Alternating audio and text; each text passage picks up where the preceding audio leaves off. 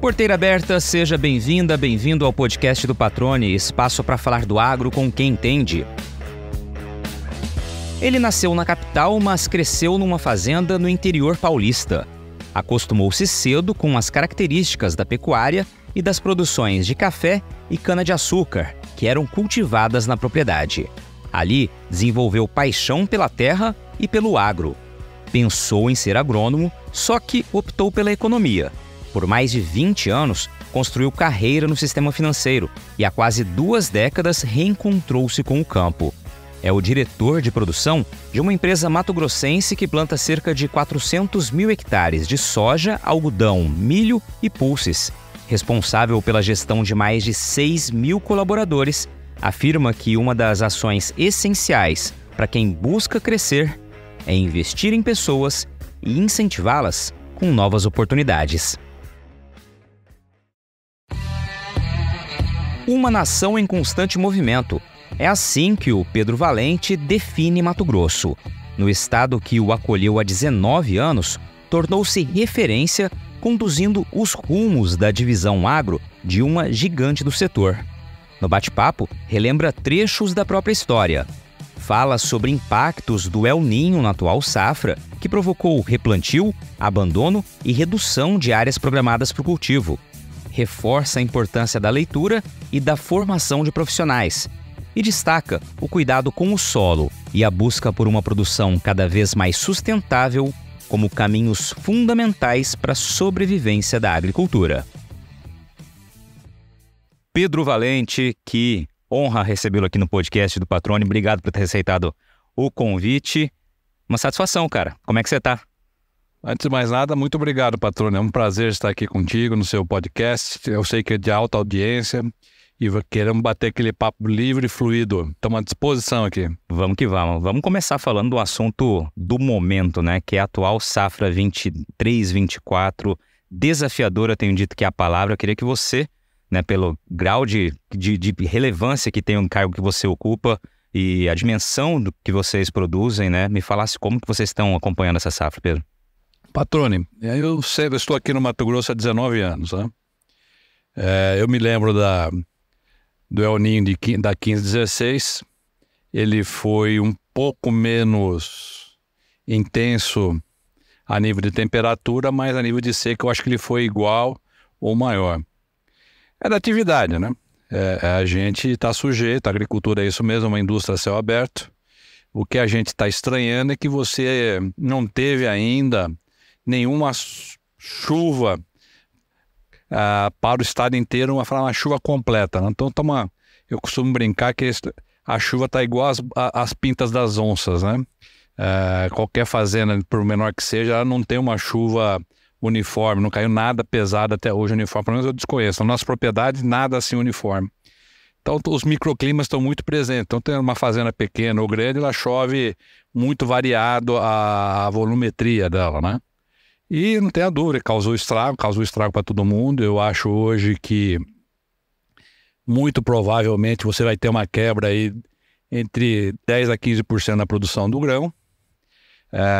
Os que foram mais afetados é quem saiu plantando já nos primeiros dias, provavelmente quem plantou naquela primeira quinzena de setembro, deve ter sido um pouco mais afetado, mas isso varia muito. Mesmo no município você tem fazendas com sojas muito boas e tem fazenda com soja muito ruim. Então é um ano diferente. Eu não acho que isso é um evento que veio para ficar. Eu sou um pouco cético com esse negócio. Eu acho que o mundo muda todo santo dia, o clima muda todo santo dia.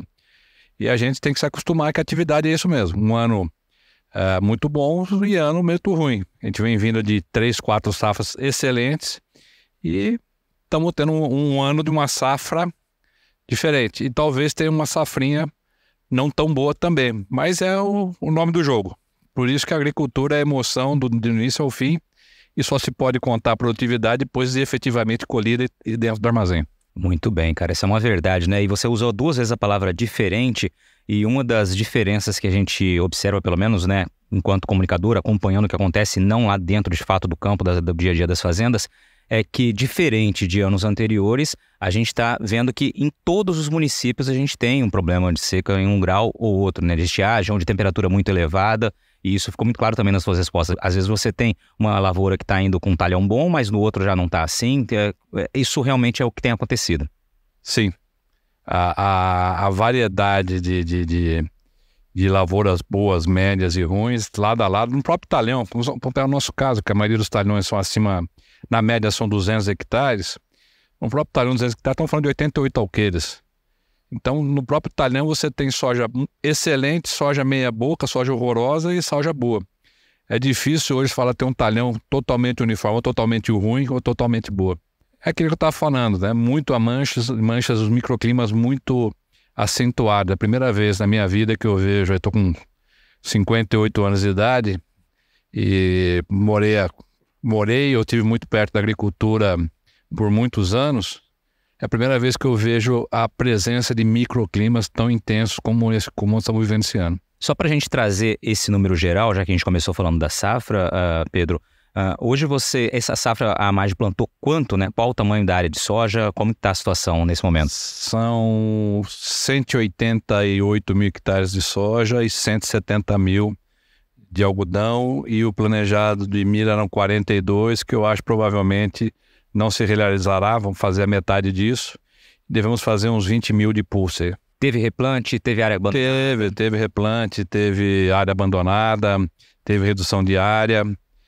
Nós inicialmente estaríamos fazendo aí 416 mil hectares de todas as culturas e devemos fechar com 396, 397. É parte do processo, né? Ninguém gosta de ter esse tipo de situação, mas ninguém está imune a não ter a situação. Você disse há pouco ali, né, que está há quase 2 décadas aqui em Mato Grosso, né, há 19 anos para ser mais preciso. Vamos resgatar um pouquinho da tua história, né? Você nasceu na capital de São Paulo, mas já foi para o interior logo sim, exatamente. Eu nasci em São Paulo, capital. Aos 10 anos de idade, mudei para Jaú. Morei dos 2 aos 17 em fazenda, em Jaú, uma fazenda de cana, café e gado. Aí, aos 17 fui estudar em Campinas, fui fazer economia. Trabalhei em banco por 21 anos e estou aqui voltei às origens, faz 19 anos aqui no agronegócio. É um negócio divertido. Qual a primeira imagem de campo que vem na tua memória? Cara, a primeira imagem que vem na minha memória, eu tinha uns entre 2 e 3 anos, foi a primeira vez que eu andei a cavalo, que eu me lembro, no Itararé, lá em Jaú, andando no colo do meu avô. Isso fica marcado, né? Fica marcado. E de produção? Produção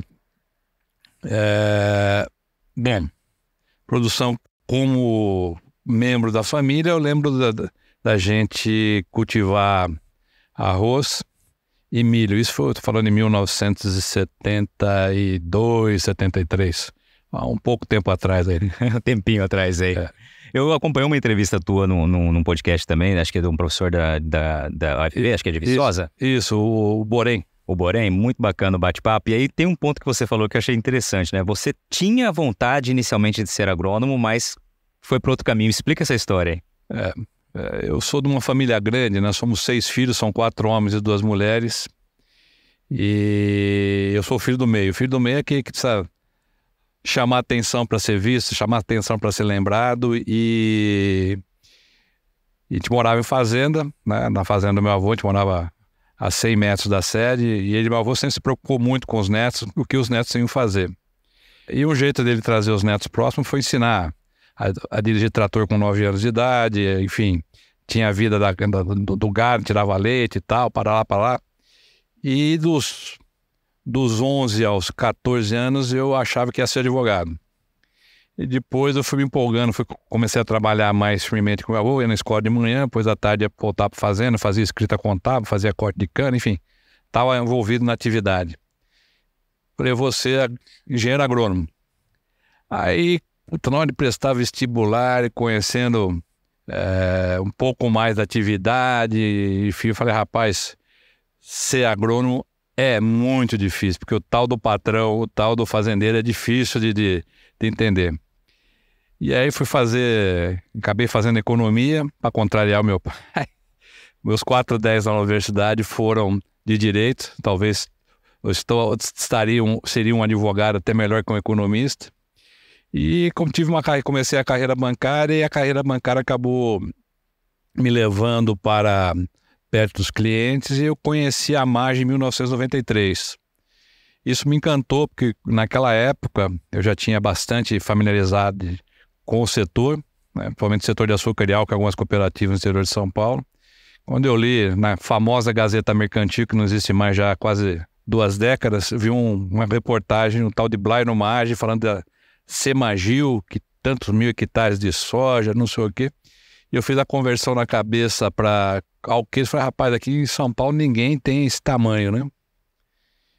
E vim visitar, acabou criando um relacionamento, a gente foi desenvolvendo uma relação de confiança entre a empresa e os executivos da empresa e a minha pessoa.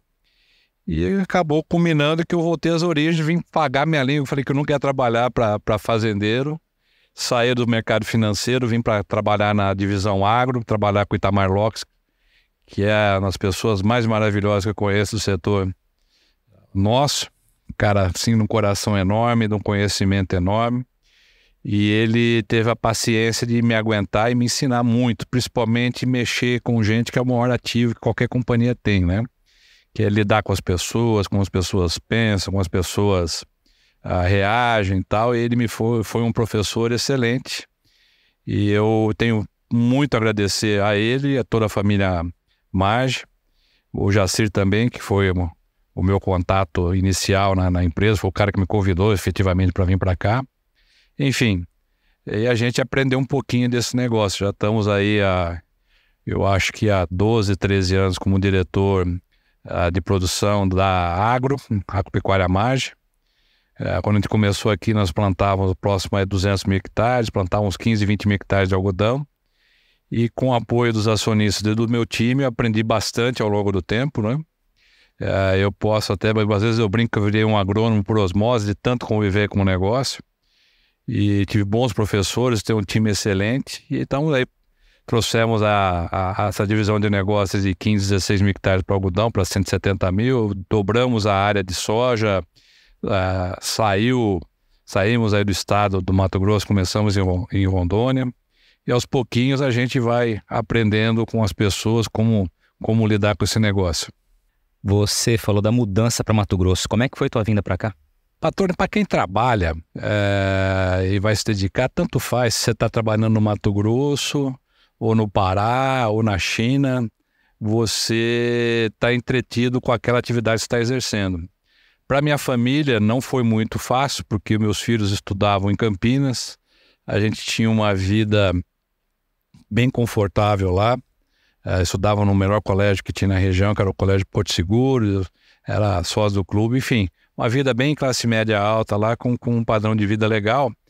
E quando a gente veio para cá em 2004 para 2005, era diferente, né? A gente não adianta tapar o sol com a peneira, não. Os modos culturais eram outros, o nível de escola eram outros, mas eu tenho que ressaltar que só deu certo porque eu tenho uma família fantástica, uma esposa fantástica que sempre me apoiou. Aliás, foi ela que acabou tomando a decisão final de vir para cá, porque quando eu fiz a última entrevista aqui, eu falei, cara, é muita mudança, eu acho que eu não posso me meter a minha família essa mudança. E quem tomou disse, não, você tem que ir, porque eu não quero escutar na nossa velhice que eu fui empecilho, que nós fomos empecilho da tua vida profissional. Então eu tenho muito a agradecer a minha esposa Sandra, que eu amo muito. Ela foi o estandarte, o baluarte, o alicerce que me permitiu estar aqui até hoje. E os meus filhos, a Luísa e o João Pedro, que me apoiam assim incondicionalmente. Maravilha. Agora, Pedro, como é que é você sair do sistema financeiro, em que você fica 21 anos, aí volta, né, para o agro, chegando às suas origens ali, relembrando as suas origens. O agro é muito dinâmico, né, e as novas tecnologias, as novas ferramentas, elas não param de evoluir. Como é que é o Pedro Valente se preparando, né, para realmente assumir esses desafios, estando à frente de uma equipe tão gigantesca, com a responsabilidade que tem? Como é que você, né, se alimenta de informação e de novidade? Patrone, as pessoas me perguntam muito isso, né? O setor financeiro, ele é um setor também de alta adrenalina, né? Principalmente a carteira que eu administrava era muita coisa de agronegócio, muita coisa de autopeça. Então são produtores de commodities, né? A gente não pode falar que não é, mas o automóvel é uma commodity. E as commodities, as cooperativas, a margem, enfim, outras empresas que mexiam com isso. Então a gente sempre muito antenado, né? E as pessoas, mas como é que você faz para se manter antenado? Olha, um dos poucos conselhos que eu me arrependo de não ter seguido do meu pai é não ter estudado mais. Meu pai ele era, como eu falei, já era uma família grande, sempre pegava no pé, estuda, menino, vai dormir, menino, tomar banho, menino, vai. Enfim, sempre pegou no pé com isso. Como é que eu faço para me alimentar? Porque eu estou falando isso, que é muito importante a leitura. Nos últimos anos, com essa radicalização ou de direita ou de esquerda, ficou ainda mais necessário as pessoas acordarem e lerem múltiplos canais de informação. Porque a mesma informação que sai no veículo A, se eu ler o B é do outro jeito, o C é do outro jeito, o D do outro jeito, enfim. Os canais de informação, a mesma notícia ela dá de várias maneiras. Então é muito importante que a gente leia vários canais em comunicação e consiga desenvolver ao longo do nosso tempo um senso crítico para tentar achar o que é mais próximo da verdade e o que é mais próximo da realidade. E isso acontece também com tecnologia. Eu sempre fui muito curioso com o negócio de tecnologia, que apesar de uma cidade mais pacata, que era a minha lá em Jaú, você sempre tinha contato com tecnologia. Eu tive lá, era uma região de sucrocoleira, e eu me lembro muito bem, em 1975, após uma geada grande, que tinha café na região, os agricultores ficaram todos preocupados, arrasaram, uns perderam tudo e começaram a mudar para cana. E foi um ano que tinha uma usina lá do grupo Atala e começou a introdução dos caminhões LS para puxar cana. E cana picada, coisa que não existia. Então, isso sempre foi um ar que a gente respirava na região. Esse acionista era o presidente da Copersucar, então ele estava sempre buscando trazer novidade para o setor agrícola. Ele tinha também uma usina muito grande, que é a usina da Barra, que hoje pertence à Raizen, sempre trazendo novidades. E o setor de açúcar e álcool ele é muito tecnificado há muito tempo. Por exemplo, análise de óleo de motor de óleo hidráulico, eles fazem há 40 anos. A gente começou a fazer isso recentemente aqui no Centro-Oeste. Então a tecnologia sempre teve muito pulsante na região que eu vinha. Eu sempre fui muito curioso, eu gosto muito de mecânica, sempre comecei a dirigir muito, muito cedo, por necessidade, depois andar de motocicleta muito cedo também. Então sempre gostei um pouco, sou um curioso por mecânica e isso acabou desenvolvendo um senso de tecnologia, de novas tecnologias muito grande. Investir em sementes de alta qualidade é fundamental para o sucesso de uma lavoura. Quando este investimento é planejado com antecedência, o resultado, claro, é ainda melhor. Então, que tal começar a programar agora a safra 2024-2025, adquirindo o insumo de uma empresa com mais de 20 anos no mercado e uma história associada ao tripé qualidade, credibilidade e inovação? A Agrosol tem um portfólio completo para sua safra, com opções de cultivares de soja nos diferentes contextos e realidades de todo o cerrado brasileiro, com as melhores tecnologias dos principais obtentores do mercado. A excelência dos produtos e serviços oferecidos pela Agrosol é condição seguida à risca para garantir os resultados e a satisfação do agricultor.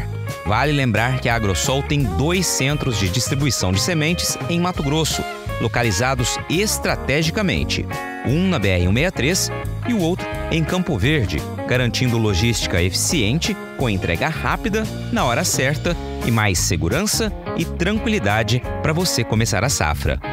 Para saber mais, é só entrar no Instagram da Agrosol ou acessar o site agrosolsementes.com.br.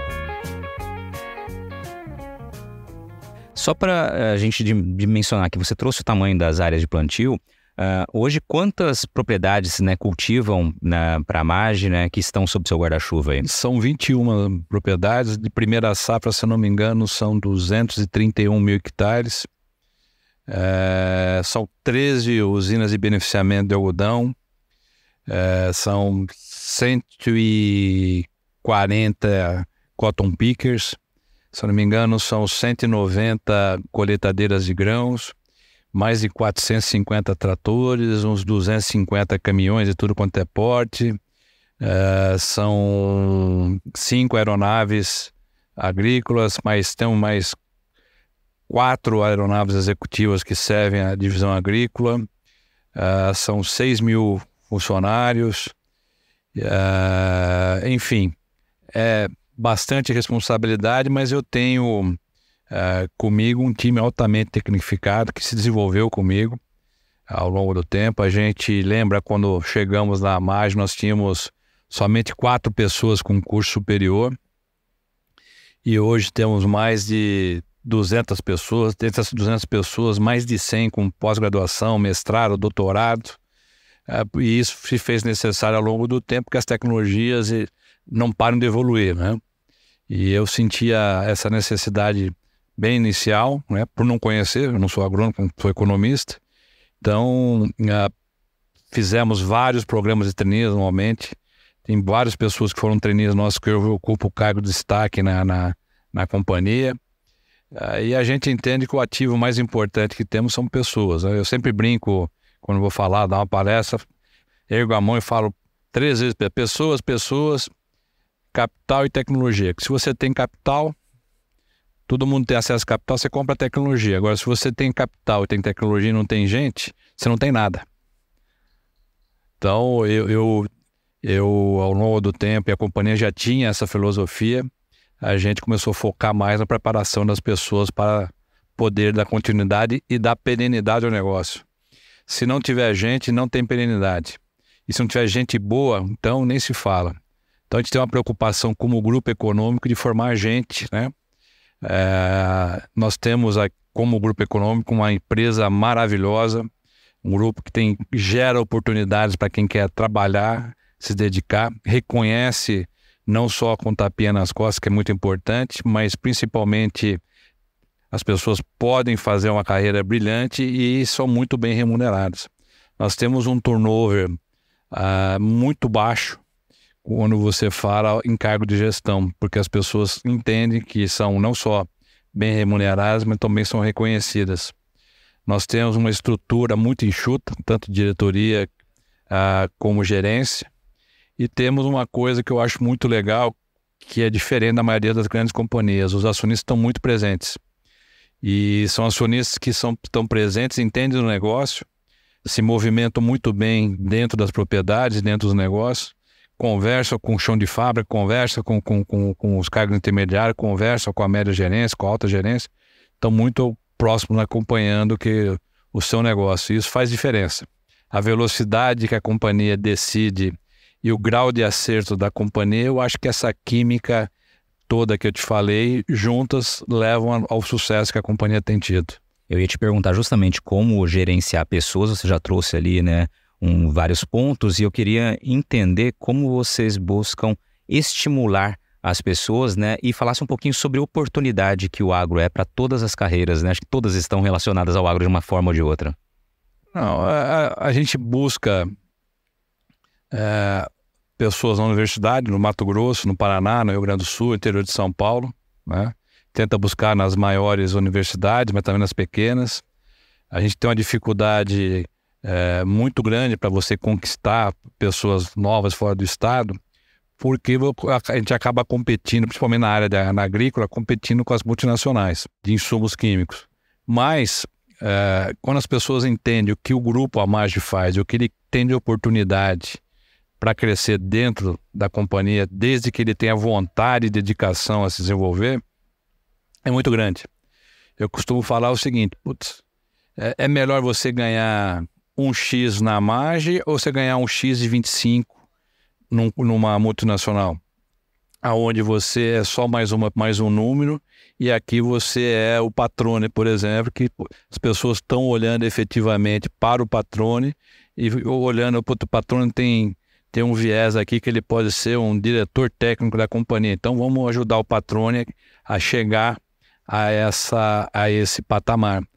E se não for assim, se a gente não cuidar de gente, não der norte para as pessoas, criar a perspectiva e as pessoas sentirem, tem que ser mais do que um discurso. As pessoas precisam sentir que estão sendo olhadas, que estão tendo as promoções no devido tempo, né? E que as coisas vão acontecer, mas que não depende só da companhia. A gente não deixa ao cuidado só da companhia, a gente faz a pessoa também pensar. Eu falo para as pessoas que esse negócio, como crescer, e me perguntam como é que você cresceu. Eu falo, cara, trabalhando mais que os outros, acordando mais cedo que os outros e lendo mais que os outros. E me dedicando mais que os outros. Não tem segredo. É só se dedicar mais do que a média. Se você se dedicar igual à média, você vai ficar na média. Se você se dedicar diferentemente, as pessoas perceberão que você tem um potencial. E quem faz a sua remuneração, de fato, independente de qual setor que você esteja, só é você mesmo. O limitante é você. Você é um você SA. Se você não cuidar do você SA intelectualmente, da tua saúde, do teu preparo, da sua capacidade de entrega, não adianta a companhia investir, nenhuma companhia vai conseguir dobrar a sua vontade de crescer. Você que tem que colocar o norte aonde você quer chegar. E a gente precisa entender também que tem gente que não quer saber de ser gestor, não quer saber de ser diretor, não quer entender e respeitar essa opção. E as companhias não são só feitas de pessoas que querem crescer, as companhias são feitas de pessoas também que não querem ter mobilidade profissional. E a gente tem que extrair a diversidade intelectual, cultural e religiosa, enfim, de todas as diversidades tem que ser respeitada. Acho que o grande sucesso desse grupo é que respeita as adversidades culturais, de gênero, de tudo. A gente respeita muito a individualidade das pessoas. Então isso faz que a gente tenha um ambiente muito leve, muito profícuo a nível de desenvolvimento. Perfeito. Você trouxe há pouco ali, Pedro, os grandes números, né? Tamanho de propriedades, enfim, número de propriedades e tudo mais, e toda a estrutura. Como é que é a tua rotina, cara? Como é que você fica sabendo de todas as coisas? Você viaja muito para as fazendas? Como é que é um dia do Pedro Valente? Meu dia geralmente começa às 5 horas da manhã, eu lendo, né? Eu começo a ler 5h10 e vou até 6h15, 6h30. Eu leio 4 jornais em média. A gente, como temos uma facilidade, estrutura de comunicação nas fazendas hoje, estamos cobertos 100% por 4G, então recebe informação de chuva, o que está ocorrendo no campo. Tem as agendas de campo para você, sistema muito sistematizado, a gente tem um sistema de gestão de controle de fazenda muito grande. Eu tenho, sobre a minha gestão, são 13 pessoas. Dessas 13 pessoas, 3 são gerentes regionais, de operações, depois eu tenho 2 gerentes de manutenção, depois eu tenho mais 2 gerentes técnicos e mais um staff que fica na matriz e mais um gerente de algodoeira. Então, eu recebo muita informação que vem do campo através deles. Eu vou às fazendas geralmente de 2 a 3 vezes por semana. Tem mês que eu não consigo fazer essa agenda, mas eu tento estar o mais presente possível. E as pessoas entendem quando precisam falar comigo, eu estou sempre acessível. Eu sempre brinco, meu retorno é 5 minutos, mas pode ser 5 minutos de um dia, mas que eu retorno, eu retorno. Então eu estou muito acessível a todos, a quem me procurar, e eu procuro também quando eu tenho necessidade de procurar. E depois de 19 anos, você acaba tendo uma visão global muito mais fácil, né? Então você consegue não só vendo em loco, mas também recebendo informação, você tem uma noção muito grande do que está acontecendo. Perfeito. Falando em visão, Pedro, o que mudou na maneira de conduzir, de enxergar, né, os detalhes do agro nessas 2 décadas? Para nós mudou muito, né? Nós temos um orçamento instalado já faz aí 17 para 18 anos, né? Onde a gente planeja a nossa safra, talhão por talhão, operação por operação, custo hora máquina, todas as operações mudaram muito. Ao longo do tempo nós fomos sofisticando e melhorando a assertividade do nosso orçamento. Criamos a cultura, que a questão não é você comprar um software, mais difícil você desenvolver as pessoas dentro daquela cultura. Quando nós viemos para cá, eu tinha aquela cultura de banco. Banco tem sistema para tudo, aperta um botão, você quer um mapa não sei o que, sai, aperta. A gente não tinha isso, nós tínhamos uma visão muito mais contábil e as informações gerenciais, operacionais eram muito mais fracionadas. E com o apoio do Itamar, ele entendeu que era necessário desenvolver um software agrícola mais ou menos como o setor de açúcar e álcool tinha. A gente foi procurar os pais da matéria, que é o setor de açúcar e álcool de gestão de custo, e transformamos, achamos uma empresa, transformamos aquele software de gestão de cana para o software de gestão agrícola, que hoje é uma companhia, ela vende por aí. Criou-se a cultura, né? As pessoas entendem. Nós introduzimos em 2008, era o Palm Top. Quando saiu o tablet, que foi, se não me engano, foi em 2011, nós compramos 250 tablets. As pessoas duvidavam que ia funcionar. 10 dias depois que a gente lançou os tablets lá, com o sistema já dentro do tablet, a gente viu que não só funcionavam, como todo mundo já estava baixando catálogo de peças, catálogo não sei o quê. Enfim, a dinâmica foi muito grande, porque as pessoas já tinham a cultura do smartphone, né? Eu lembro bem que eu adorava, hoje não se faz mais, o BlackBerry, né? Que o BlackBerry era a coisa mais fácil, foi aculturando as pessoas. E hoje o grau de assertividade é muito grande. Não o ano passado, mas até o ano passado a nossa assertividade era ou para baixo ou para cima, não dava mais que 2% de diferença do que a gente orçava. O ano passado você teve a seca, esse ano também o orçamento não vai ser tão próximo, mas o importante é a cultura. O sistema, de novo, quem faz a diferença não são os sistemas, faz a diferença são as pessoas. Agora, a maneira também de olhar para o campo, né? E aqui eu queria uma resposta que também traduzisse para as pessoas que não conhecem muito da agricultura. Não é apenas hoje a produção de grãos dentro de uma fazenda que gera receita. Não. Queria que você falasse um pouquinho sobre isso. O que gera receita, primeiro, é você ter uma produção sustentável, né? Ela permite a perenidade. Sustentável, quando eu falo, não é só ambientalmente correto. Isso é obrigação, a gente faz. Nós fomos o primeiro grupo econômico, a primeira fazenda da América Latina ou do mundo a ter ISO 14001. Se eu não me engano, já tem isso há 12 ou 14 anos. Nós somos a primeira fazenda do mundo a ter o selo da RTRS. Hoje nós temos 12 ou 14 selos de qualidade. Quando você cuida das pessoas bem, essas pessoas tendem a cuidar bem da sua operação.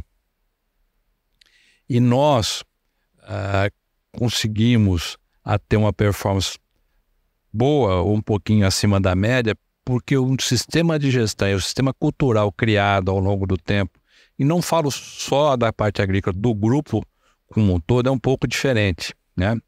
Apesar de ser uma empresa familiar, que não é defeito nenhum, muito pelo contrário, ela tem uma administração quase como fosse uma multinacional, às vezes até um pouco mais rígida, mas ela também tem o aspecto da gestão familiar muito presente. Então essa mescla, esse jeito de tocar os negócios, esse jeito de desenvolver os negócios com respeito ao meio ambiente, com respeito às leis trabalhistas, com respeito a tudo, nos permite ter acessos diferentes a mercados de todos os nichos. Então a gente tem alguns nichos econômicos dos nossos produtos muito caracterizado porque o jeito que nós agimos é pelo grau de transparência. E quando você olha um grupo econômico que está presente na produção, na logística, na comercialização, no fornecimento de financiamento, fornecimento de insumos, enfim, com banco, com hidrelétrica, com logística, não sei o quê, você vê que é um grupo econômico plural, mas muito, muito, muito consolidado e preparado para enfrentar as diversidades. Então a gente passamos momentos mais felizes ou menos felizes, mas com muita coesão e com muita certeza que o dia seguinte nós vamos estar presente. Vou traduzir um pouco então para quem estiver acompanhando. Ter esse monte de certificado, esse monte de selo, né, de qualidade, de sustentabilidade, garante acesso a mercados que remuneram evidentemente melhor e no caso de tomar empréstimos, tomar financiamentos a juros mais baixos, a maneiras mais atrativas, mais ou menos por aí. Acaba acontecendo você tendo mais acesso a tudo pelo grau de transparência e consistência. Não é de você ser transparente, pode ser transparente, mas se você mente, a transparência te prejudica. Nós somos muito transparentes com consistência, nós não inventamos historinha, nós não fugimos da realidade. Quando temos algum fato que possa incomodar os nossos parceiros, nós comunicamos antes que ele fique sabendo para os outros. Então nós temos uma relação muito próxima aos clientes, aos nossos fornecedores e aos nossos financiadores. Maravilha. Eu participei 2 vezes, né, do encontro técnico de vocês, inclusive estamos gravando aqui durante o encontro técnico, e eu percebi nesses 2 anos um olhar muito mais intenso do que em anos anteriores, acredito, para o solo. Você tem falado muito, inclusive, nas abordagens com os colaboradores que participam desses painéis, do olhar para o solo, agricultura regenerativa. Eu queria que você falasse como você enxerga isso. Patrônio, eu venho de uma região, quando eu até brinquei aqui, acho que no primeiro dia, eu falei, quando o bebê começa a entender, né, eu começo a falar de compactação de solo, não é? É uma interior de São Paulo, quando você fala em compactação de solo, principalmente região de cana, é um dogma, é uma palavra muito presente o tempo inteiro. E eu particularmente acredito que, por estar numa região onde a fertilidade foi construída, ela não veio da natureza, diferente da região que eu venho, nós temos que ter mais respeito ainda, porque ela custou caro para fazer, né? E a gente não pode deixá-la entrar em processo de falência. Então, você fazer uma agricultura regenerativa, o que é? Você cuidar do sistema como um todo. Então, desde compactação de solo, de criar condições das galerias se formarem, ou seja, você plantar uma planta de cobertura tipo braquiária ou qualquer outra gramínea, enfim, alguma coisa que crie resiliência àquele solo. Você vem de um sistema, não podemos falar que é monocultura, mas porque nós plantamos várias culturas, mas enfim, muito intenso, uma cultura, vou falar que no Centro-Oeste, provavelmente no Mato Grosso, fazemos cultura de sucessão. Você precisa começar a cuidar da macrobiota do solo, ou seja, cuidar da vida do solo. Porque a gente usa muito fertilizante, a gente usa muito, eu não gosto de falar insumos químicos, eu gosto de falar que a gente usa remédio para cuidar da planta. Nós estamos cuidando de vida, e quem cuida de vida está dando remédio, não está dando nem herbicida e nem inseticida, nós estamos cuidando de vida, né? E isso, ao meu ver, vai ser cada vez mais presente para que não tenha problemas no futuro de uma decadência produtiva repentina. E quando você começa a desenvolver esse processo regenerativo, olhar para o solo, começar a usar mais os biológicos, né? Eu lembro quando nós começamos a introduzir os biológicos 8 anos atrás, todo mundo era muito cético. E hoje ele já representa no nosso manejo 19%, 20% do volume. Eu acredito que nos próximos 4, 5 anos poderá chegar a 35%, 40% dos volumes dos remédios que nós aplicamos. Até brinco que nós temos a homeopatia, que é o biológico, e temos a alopatia, que são os insumos químicos, né? Os defensivos agrícolas. Então a gente precisa conviver e saber que todas as ferramentas serão usadas e tem que ser bem trabalhada nisso. Sempre pensando em perenidade. Eu quero estar ou no céu ou no inferno e olhar para cima e falar, putz, a Companhia Mars está completando lá seus 300 anos de existência e a gente fez parte desse processo. Então, cuidar do solo faz parte do processo e se faz necessário antes que o solo nos avise, eu estou doente e eu não tenho como corrigir. Você falou alopatia e homeopatia, né? Ou seja, uma complementaridade, né? São complementares. Complementares. E aí vocês têm um investimento muito elevado, né? Futuro agora, que está sendo construída, que é uma fábrica de biológicos. Vão produzir biológicos. É só para uso próprio? Vai ser para o mercado? Nos próximos... nós estamos em teste em mini fábrica na Fazenda Tucunaré já faz 5 anos. Aprendemos muito e agora a gente pode escalar para uma fábrica maior. E foi bom também para desenvolver a cultura que você, quando usa a homeopatia, você precisa entender que demora para fazer o efeito. Então, hoje o pessoal do campo sabe quando aplica biológico, você vai encontrar uma folha mastigada pela lagarta, vai encontrar uma folha um pouco mais infectada pelo fungo. Enfim, foi bom também. A nossa ideia nos próximos 3 anos, quando a fábrica ficar pronta, é trabalharmos só pelo nosso consumo interno e depois passar para a segunda fase, na hora que estiver bem consolidado e tiver uma qualidade nota 1000, irmos atender também o mercado.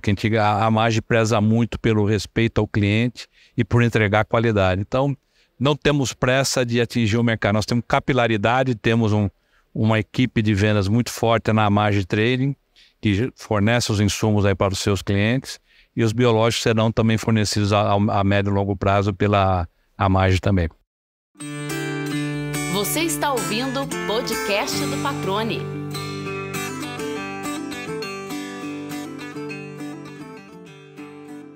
Maravilha. A gente vai ter que caminhar para o fim aqui, porque o nosso horário está bem limitado aqui hoje, Pedro.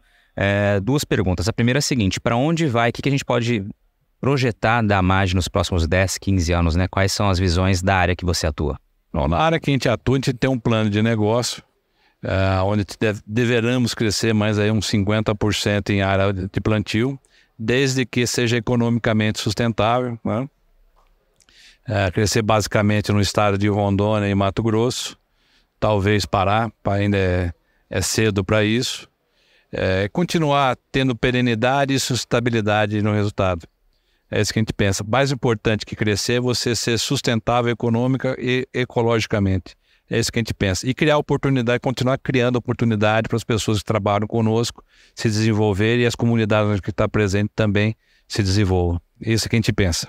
Maravilha. Aqui, como tradição no podcast, a última pergunta, na verdade, não sou eu que faço, né? É você que vai me dizer aqui qual aquela pergunta que você gostaria de ter respondido um dia que ninguém lhe fez, né? Não, a pergunta que ninguém me fez é por que vir para o Mato Grosso? Eu te respondo, porque o Mato Grosso não é um estado. O Mato Grosso é uma nação a ser desenvolvida e é uma oportunidade a todos que têm vontade de crescer. Não existe outro estado no país com tanta oportunidade. Então, é isso. Eu não sou mato-grossense, estou aqui, mas admiro muito esse estado, gosto muito desse estado, e é um estado que a gente pode falar em constante movimento. Então eu espero que o Mato Grosso daqui a pouco tempo seja mais destaque ainda do que ele já é. Maravilha. Patrone, muito obrigado pelo convite, foi muito bom esse bate-papo, parabéns pelo podcast, sucesso a todos nós e muita saúde. Eu que agradeço, um grande abraço. E aí, gostou do bate-papo? Então dá aquela força e compartilha essa entrevista com os seus contatos. E olha, aproveita para mandar aquele feedback dizendo o que você está achando do podcast do Patrone. Pode criticar, elogiar, sugerir temas e pessoas para dividir boas histórias aqui nos próximos episódios. É só enviar uma mensagem lá no Instagram para @LuizPatrone que a gente troca uma ideia, viu? Então, gente, sucesso da porteira para dentro, força e fé da porteira para fora e vamos que vamos! Você ouviu o podcast do Patrone, agroinformação com quem entende.